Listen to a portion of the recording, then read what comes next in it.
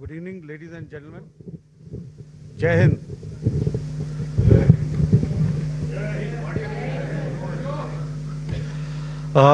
Welcome to this special press conference on Operation Sindoor. We will begin with opening statements by the three senior officers to my right here, who have been directly overseeing operations during Operation Sindoor. We have Lieutenant General Rajiv Ghai, Director General Military Operations, who will cover the aspects related to land domain.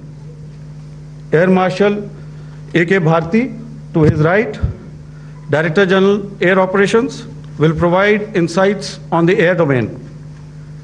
And to my right is Vice Admiral A.N. Pramod, Director General Naval Operations, who will cover aspects on maritime domain.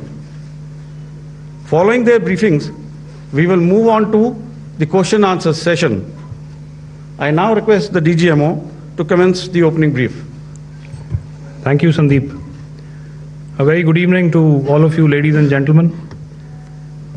You are all by now familiar with the brutality and the dastardly manner in which 26 innocent lives were prematurely terminated at Pahalgam on the 22nd of April. When you combine those horrific scenes and the pain of the families that the nation witnessed with numerous other recent terrorist strikes on our armed forces and defenseless civilians, we knew that the time had arrived to make yet another compelling statement of our resolve as a nation. Operation Sindoor was conceptualized with a clear military aim to punish the perpetrators and planners of terror and to destroy their terror infrastructure. What I do not state here, of course, is the often stated determination of India and its intolerance to terror. It set into motion a very diligent and microscopic scarring of the terror landscape across the borders and the identification of terror camps and training sites. The locations that emerged were numerous, but as we deliberated more, we realized that some of these terror hubs were now bereft of any presence and had preemptively been vacated, fearing retribution from us. There was also a term of reference and our own binding, self-imposed restriction to target only terrorists and thus prevent collateral damage. There were 9 camps that you are now all familiar with, which were confirmed by our various intelligence agencies to be inhabited. Some of these were in POJK, while there were others that were located in the Punjab province in Pakistan.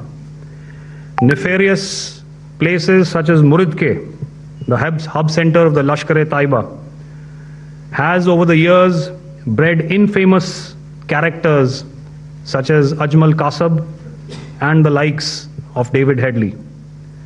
What followed was a careful scrutiny of each of these sinister locations, their layout, configuration, even the type of construction in each structure, and the terrain obtained around these.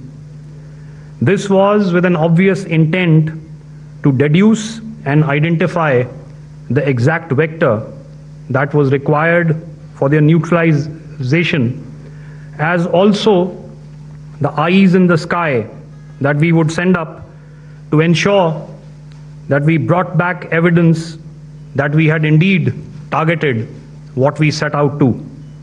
The precise images of these engagements on that fateful and historical night have already been showcased during the first press statement on the 7th of May that was helmed by our Foreign Secretary. I have no doubt in my mind that we achieved total surprise, and those strikes across those 9 terror hubs left more than 100 terrorists killed, including high-value targets such as Yusuf Azhar, Abdul Malik Rauf, and Mudassir Ahmed that were involved